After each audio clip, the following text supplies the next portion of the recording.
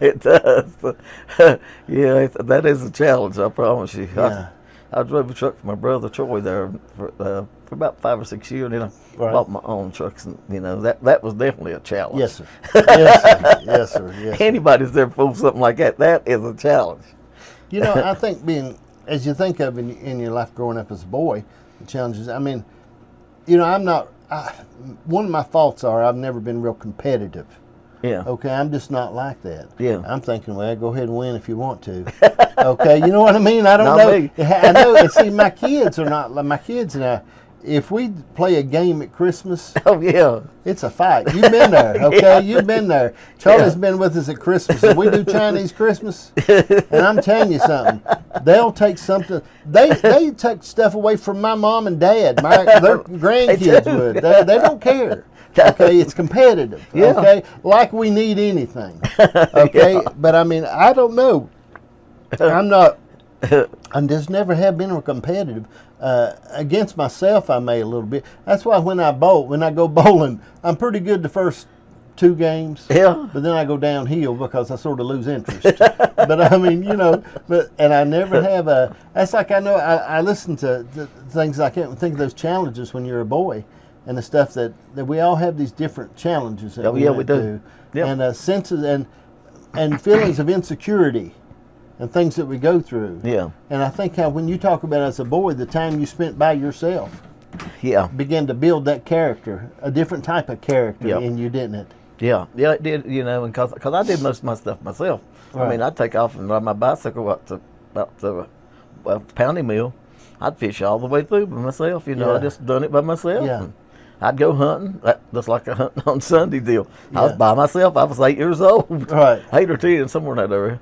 But I started hunting by myself when I was about 8, fishing by myself when I was about 8. And, Yeah. you know, just kind of got used to doing stuff by myself. That's a different type of cloth, though. Yeah, it is. Okay? Yeah. Because not everybody's like that. No. I mean, some people, you know, No, they don't like to do that. They don't like to be by themselves. Mm-mm. Okay? And they Yeah. don't. But it's a different, I think that sort of molded you for your life. Yeah. And shaped you for your life. Now, sometimes that makes it tough. That challenges as a young boy in the way you've been molded. That makes it hard for us to build relationships with other people. It Does does that make sometimes. sense? Yeah, yeah. It's hard to build relationships because you know, if you want to build a relationship, okay. If you don't, Right. I mean, you know, it don't. Right. You just go on because that's what you're used to. Yeah. I mean, but some people is used to somebody being there all the time, Right. and so they can't be by themselves. Now, just like me, I just come back from an 11-day hunting trip in Ohio by myself. Yeah. I hunted by Yeah. myself, you know. Yeah. I just do that. I go up to the cabin, stay up there 2 or 3. I stay up there a month or 2. Yeah. Well, I stay by myself, but you know, when I come back to town and stuff, come back to church stuff, it's different. But Yeah. it don't, you know, I've just been by myself. So that's what, Yeah. like you say, that's what molds you, and that's what kind of gets you, get you ahead for your life. And you know, as you get older, you don't like to be by yourself. That's Right. what, you know. Yeah, but it's a little too late then. A little bit too late now. You've already been a rascal all that. You've already been a, Yeah. you've already Now- been now a we- loner. now Now, we all can- of a sudden, I want people with me. Yeah, you want somebody to talk to and somebody just in case that you Yeah. need something, they can hand it to you. That's terrible, Charlie.